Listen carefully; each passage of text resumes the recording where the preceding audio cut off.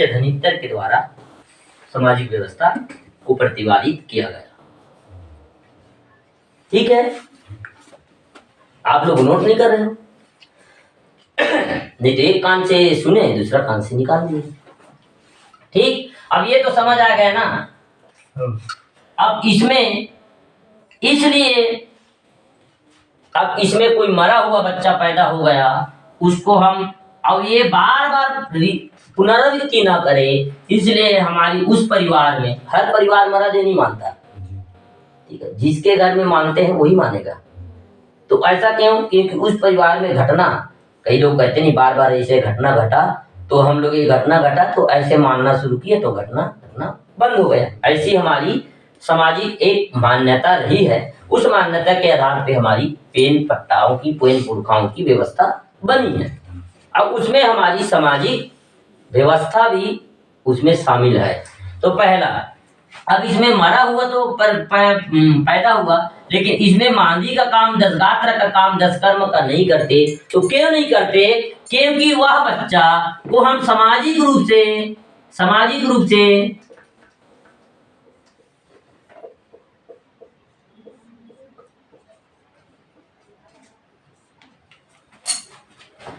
क्योंकि उस बच्चा को, उस मरा हुआ बच्चा को हमने सामाजिक रूप से जात गोत नाता की व्यवस्था में नहीं बांधे हैं। वो जीवित रहता तो उनको छट्टी करके उनको जात गोत नाता दिया जाता और उनको अपने समाज में हम सम्मिलित करते, किंतु वह मरा हुआ पैदा हुआ है, इसलिए हम उसको अपने समाज में, वो आया मरा हुआ पैदा हुआ है माँ के गर्भ से, तो वो उसको हम किस आधार पे सामाजिक व्यवस्था में शामिल करें? तो इसलिए उस बच्चा को, वो बच्चा को मरा देव के रूप में उस परिवार को लोग मानना प्रारंभ करते हैं। अब मरा का मतलब शाब्दिक अर्थ यही है कि मरा हुआ। तो मरा हुआ कौन है? हम तो जीवित हैं, बुढ़ा देव भी जीवित है, दूल्हा देव भी जीवित है, नारायण देव भी जीवित है, कंकालीन भी जीवित है, सरदनिया भी जीवित है, चुरिहारी भी जीवित है, देसाही भी जीवित है। किंतु मरा हुआ का मतलब, मरा देव का मतलब यही है कि मरा हुआ। तो इसको एक व्यवस्था बनाई गई। क्या व्यवस्था? कि एक मटका लाते हैं, मटका में उसको बकायदा उस बच्चा को कोई लोग नहला धुलाने की व्यवस्था है, नहीं तो कोई लोग हल्दी पानी ऐसे लेप करके उस बच्चा को मटका में डाल के मेड़ो या फिर ओरी पछरी बारी में उसको दफना देते हैं। इसलिए इसको ये कहा गया मरा देव मरकी माता। इसको मरकी में दफनाते हैं, मटका में डाल के ही दफनाते हैं, इसलिए इसको कहा गया मरकी मरा देव। ओके, हाँ। अब इसमें कई भ्रांतियां ये आई कि कोई लोग, अब इसमें ये भी होता है। अब भाई, अब जब शुरू किए हैं तो आपको डिटेल बताएंगे तभी समझ आएगा, और आप लोग इसको नोट कीजिए भाई, क्योंकि इसमें बहुत भ्रांतियां हैं। कैसे भ्रांतियां? लोगों को अफवाह है, लोगों को डर है, लोगों की कई इस प्रकार से मनगढ़ंत कपोल कल्पित कहानियां हैं, जिसके आधार पे हमारे लोग, क्योंकि बैगा बुनियाद पे करने वाले लोग इसमें कई प्रकार से ऐसे डाउट कर दिए हैं, कंफ्यूजन कर दिए हैं, जिसके आधार पे लोग इनको भूत समझने लगे। अब इसमें भी प्रकार है, मरा देव में भी प्रकार है। कैसे मरपाची जी? अब मरा देव में भी प्रकार है।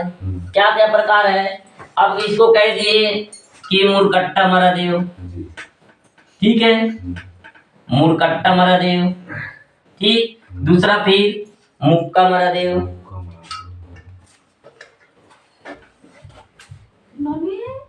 मुक्का। उसके बाद तीसरा फिर मुरगड़ा हो गया, ये देखो। फिर टीको मरा देव,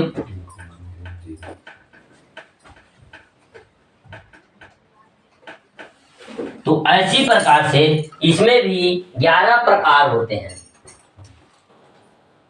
कितने प्रकार होते हैं? 11। अब आपको इंटरेस्ट नहीं है, जमा आ रहा है ना, क्योंकि इसको नोट कीजिए आप लोग। आपके तरफ की प्रसिद्ध जो डायन जो है ना, वो ठकुराइन माता है, मुंगेली लोरमी तरफ जाओगे तो उधर पूरा बिलासपुर तक से एक ठकुराइन माता को वो लोग उधर के लोग चुड़ैल समझते हैं, डायन, यानी बहुत खतरनाक देवता है, वो किसी को नहीं छूता। ठकुराइन में जानते हैं। अब उनके बारे में भी मैं आपको क्लियर करूंगा कि वो कौन है, क्या है। अब आप बताओ, किसी हिंदू के बच्चा को, किसी ब्राह्मण के बच्चा को आप पूछोगे कि राम कौन है, तो पूरा रामायण पढ़ के बता देगा। किसी मुस्लिम के बच्चा को पूछेगे कि अल्लाह कौन है, तो पूरा वो कुरान पढ़ के बता देगा। किसी ईसाई के बच्चा को भी पूछोगे कि वो यीशु कौन है, तो वो पूरा बाइबल पढ़ के बता देगा। किसी सिख के बच्चा को पूछोगे कि ये गुरु नाम साहब कौन है, तो वो पूरा आपको गुरु ग्रंथ पढ़ के बता देगा। लेकिन कोई गोंडियन के बच्चा को, कोई एसटी एससी ओबीसी के बच्चा को हम पूछते हैं कि महादेव कौन है, नीलादेव कौन है, नारायण देव कौन है, दुल्हादेव कौन है, बुढ़ादेव कौन है, तो उसके पास कोई जवाब नहीं, मुझे पता नहीं। तो इसको क्यों मान रहे हो, तो उनके पास एक ही जवाब है, हमारे पुरखा आदि काल से मानते आए हैं, इसलिए हम मान रहे हैं। तो ये तो कोई तार्किक शब्द, तार्किक जवाब है ही नहीं। तो आज की समय में हमको इसका जवाब देना है, तो जब तक हम इनके बारे में नहीं जानेंगे, जब तक हम इनके बारे में अध्ययन नहीं करेंगे, तब तक हम अपने पेन व्यवस्था को आज की वर्तमान स्थिति में तार्किक दृष्टिकोण से, सामाजिक दृष्टिकोण से, दैविक दृष्टिकोण से, या फिर आध्यात्मिक दृष्टिकोण से, दार्शनिक दृष्टिकोण से, ऐतिहासिक दृष्टिकोण से हम कैसे साबित करें। आज हम उस समय जहां हमारी, अगर मान लिया जाए, चार धर्म की धर्म गुरुओं का एक प्रकार से क्या होता है, संवाद होता है चार धर्म गुरुओं के बीच में। तो पहले उस वैदिक व्यवस्था के समय शस्त्रार्थ बोलते थे, शस्त्रार्थ होता है, और आज के समय में उसको हम अंग्रेजी में डिबेट कहते हैं।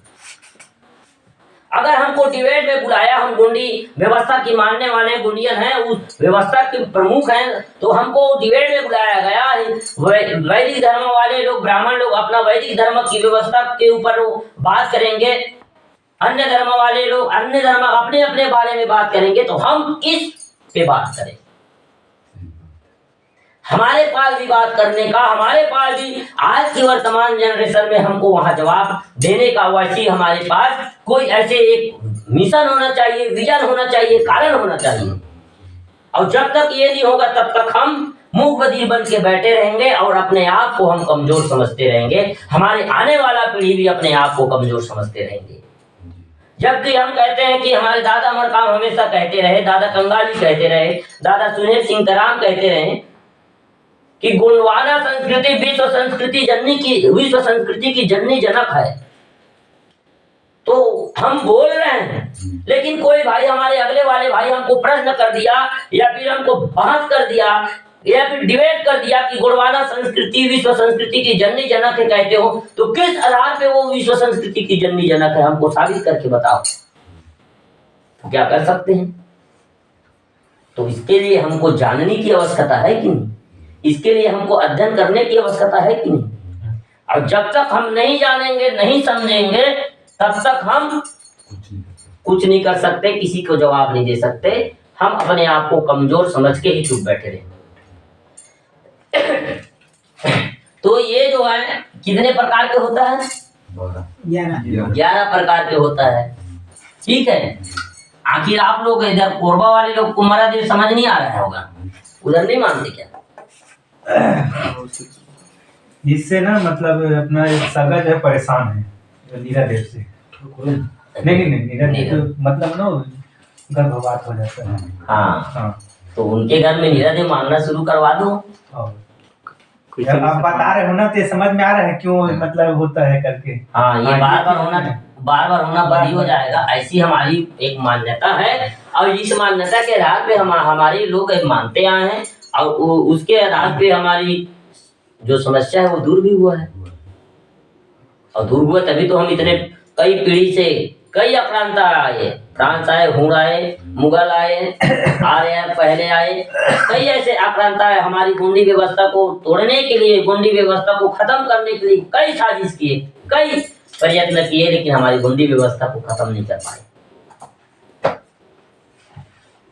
काउंटर करने के लिए जब हम ईश्वर गौरव का कार्यक्रम करते हैं, तो उसको काउंटर करने के लिए वो लोग लक्ष्मी ला दिए।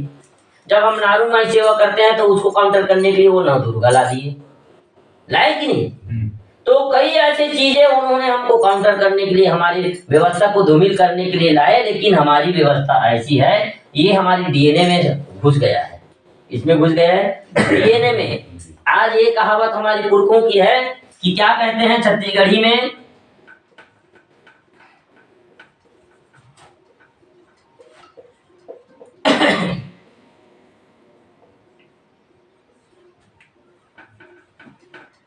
ये कहावत कहते हैं। अब ये सही होता है। क्या कहावत कहते हैं? मानता देव गोसैया खाए। अगर अपने जो देव माना हुआ देव है उसको नहीं मानोगे तो आपके वंश को खत्म कर देगा। और हमारी आंखों देखा हाल है, कई ऐसे हो चुके हैं, कई ऐसे अन्य धर्मों में गए, उनका हाल क्या है हम जानते हैं, सब देखे हैं, है कि नहीं? तो ऐसी हमारी एक मान्यता रही है, हमारी एक माइथोलॉजी रही है।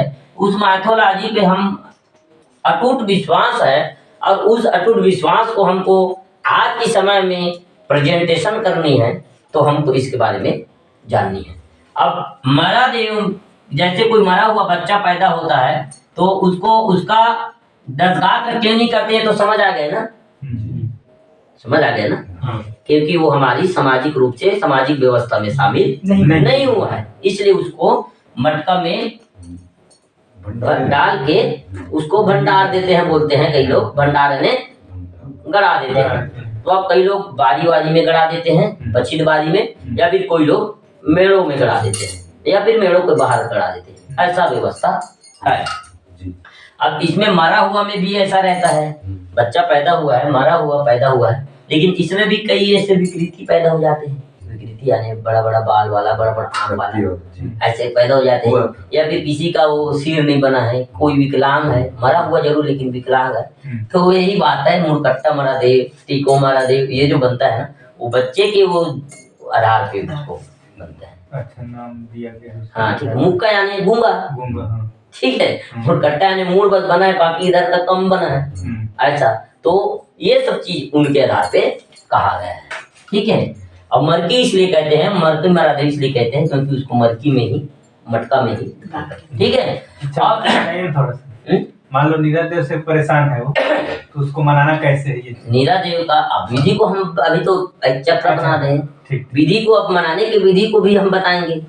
नहीं, उसको मानते कैसे हैं इसका भी विधि को बताएंगे। अब बच्चा मरा हुआ पैदा हो गया, ठीक है, लेकिन ना वो नीरा के रूप में हुआ, ना मरा देव के रूप में हुआ, फिर अंतिम श्री हो गया। क्या हो गया इसमें? क्या हो गया, बच्चा पैदा ले लिया, ठीक है, पूरा हष्ट फुल बच्चा पैदा हुआ। तो पैदा हुआ तो किसके साथ पैदा होता है वो?